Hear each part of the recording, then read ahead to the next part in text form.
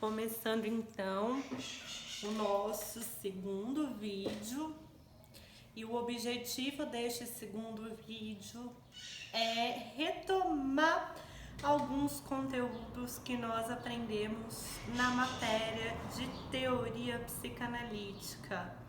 O que nós aprendemos sobre psicanálise? Primeiro, nós aprendemos como foi que a psicanálise começou.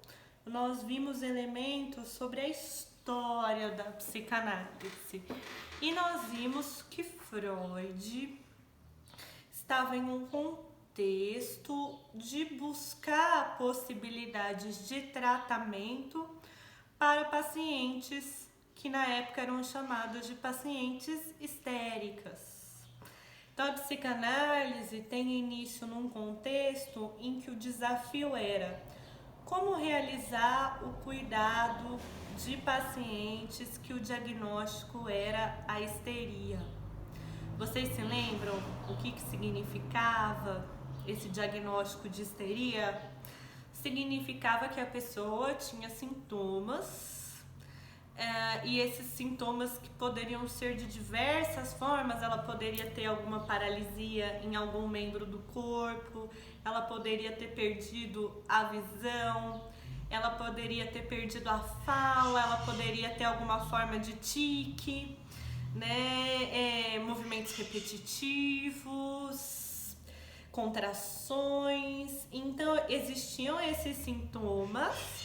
Só que quando era procurada uma causa orgânica, uma causa fisiológica, quando eram feitos exames para identificar, para investigar o motivo desses sintomas, não era encontrado.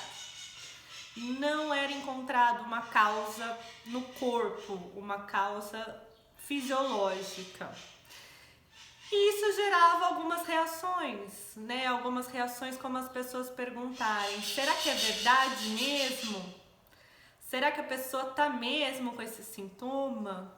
Será que não seria um exagero, uma forma de chamar a atenção ou até mesmo uma mentira?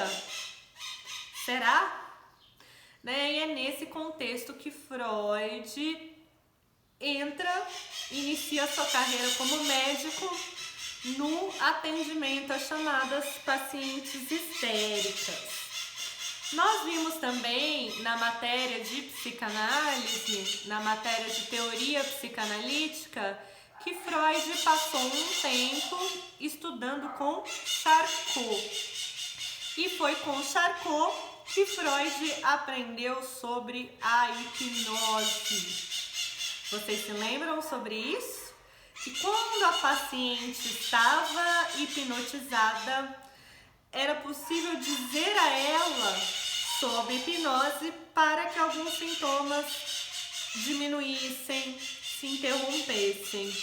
Ou então dizer a ela sobre hipnose até mesmo para que algum novo sintoma surgisse. Freud seguiu uma adaptação proposta por Breuer para o método hipnótico, no que Breuer propôs como método catártico, em que não seria apenas hipnotizar a paciente para que sintomas se interrompessem ou para que sintomas surgissem, mas hipnotizar pacientes e fazer perguntas. E o que perceberam? Quando você hipnotiza uma pessoa e faz perguntas, ela dá respostas que ela não se lembra quando ela não está hipnotizada. Quando você hipnotiza uma pessoa e faz perguntas, depois, quando ela retorna à consciência comum, ela não reconhece aquela resposta. Então, o método proposto por Breuer e aprendido por Freud, investigava-se como que uma pessoa hipnotizada chega em respostas, chega na origem dos sintomas, chega em lembranças que, quando ela está na consciência comum, ela não tem acesso. Existem barreiras ali que a consciência de vigília não tem acesso. E aí, depois de ter tido a matéria de teoria psicanalítica, vocês percebem que estão as sementes de muito do que é importante para a psicanálise, né? Que é tentar chegar de alguma forma ao que a pessoa não tem um acesso direto, não consegue conscientemente alcançar. É algo que acontece nela, é algo que acontece com ela, mas na consciência comum, na consciência desperta, a pessoa não se lembra, a pessoa não conhece, ela não tem acesso, não tem alcance. Freud então começa a se perguntar como que seria se a gente deixasse a hipnose. Ao invés de perguntar para a pessoa hipnotizada sobre as origens dos sintomas, escutar sem que ela esteja hipnotizada. E aí Freud começa a colocar em prática essa ideia. Só que quando ele começa a colocar em prática essa ideia, vira um bombardeio de pergunta, até que uma paciente, né, essa que teve essa função tão especial, tão inaugural na psicanálise, a Elizabeth, o nome fictício que foi dado, né? Essa paciente fala assim: Freud, me deixa falar. E imaginem, né? Freud era médico numa época em que muitos médicos nem mesmo acreditavam que aqueles sintomas eram de verdade. Ele era médico numa época que muitos médicos imaginavam que era algum exagero, alguma forma de chamar atenção. Mas quando Freud escuta a paciente dizendo me deixa falar, o que é que ele faz? Fala, né? Abre esse espaço, decide concordar e diz sim, pode falar. E aí é inaugurado esse movimento que é o que dá origem à psicanálise, que é a pessoa falando livremente o que vier ao pensamento. Então é assim que a psicanálise começa, é assim que o que nós chamamos de teoria psicanalítica começa.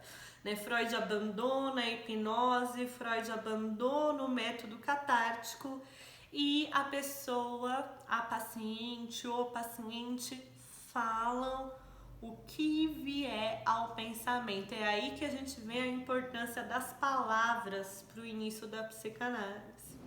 Então, toda a teoria que nós vimos no primeiro semestre, todos os conceitos que nós vimos no primeiro semestre, o conceito de inconsciente, o conceito de desejo, o conceito de pulsão, de princípio de prazer, de princípio de realidade, de processos primários, de processos secundários. Toda a questão teórica, ela não veio diretamente de estudos teóricos, de formulações teóricas, de processos abstratos. A base, o solo, o começo foi a clínica.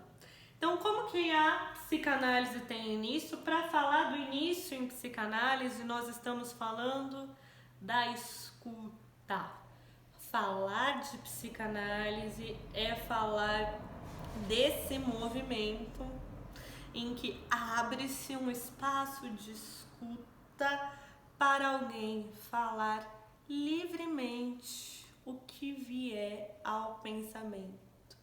Né? O movimento que inaugura a psicanálise é essa iniciativa de me deixa falar.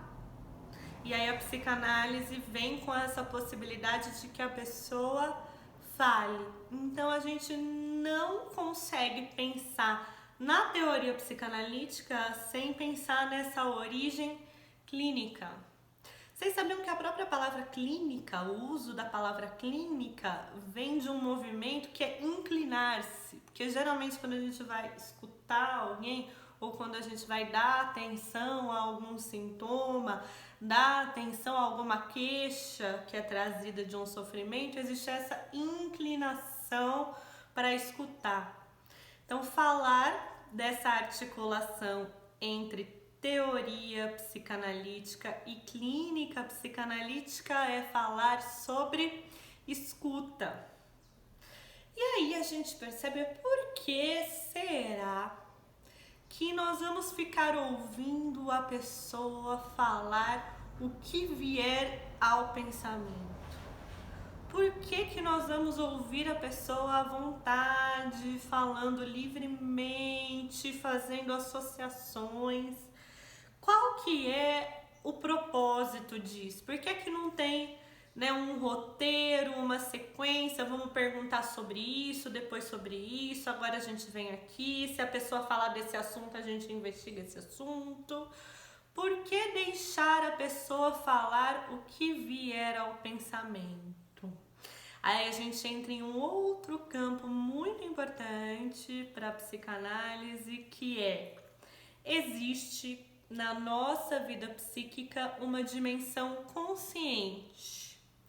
E essa dimensão consciente é muito importante para o nosso dia a dia, porque é nessa dimensão consciente que se organizam as nossas ideias, os nossos planos, o que é que eu vou fazer agora, nossas responsabilidades, nossos compromissos, nossas normas de convivência. Então, quando a gente está consciente, a gente tem uma forma de organização dos nossos pensamentos que respeita certas regras, que respeita certos padrões, que respeita certas expectativas.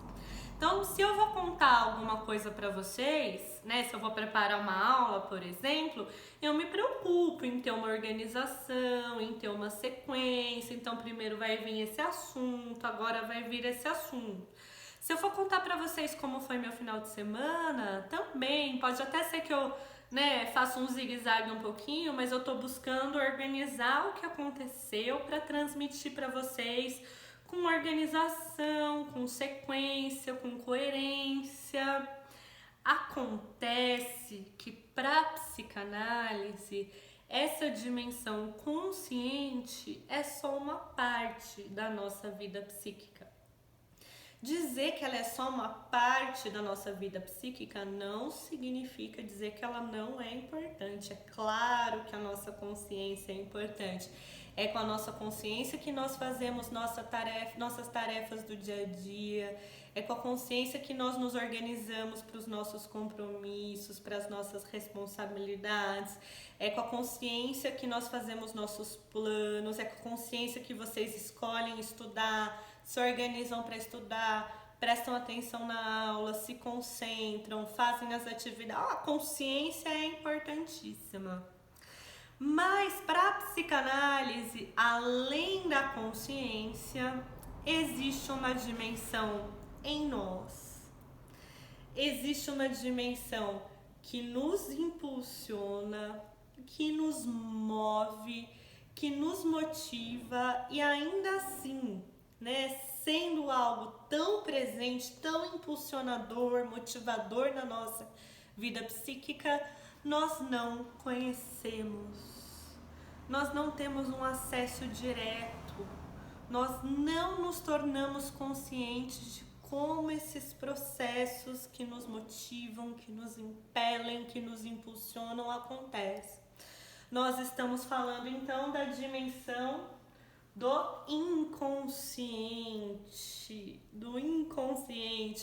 Como então que Freud chegou a essa ideia do inconsciente? Justamente a partir da história que nós retomamos até aqui, que envolve a escuta clínica. Por isso que antes de colocar inconsciente, eu coloquei entre aspas esse termo que foi usado por uma paciente do Breuer, a Ana O, que é a limpeza de chaminé.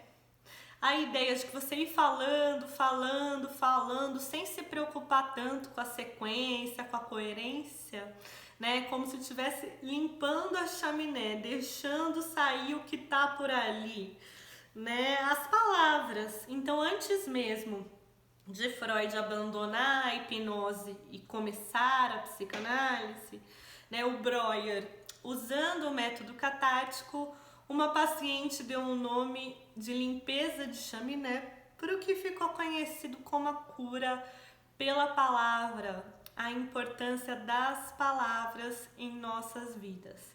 Então foi esse caminho que a gente fez na matéria, né? Como que pela escuta clínica, pela terapia, pela palavra, foi se chegando a esse conceito que é tão fundamental para a compreensão da vida psíquica segundo a psicanálise, que é o conceito de inconsciente. Vou finalizar esse vídeo por aqui, mas a gente continua retomando nossos conceitos de teoria psicanalítica no nosso próximo vídeo, tá bom?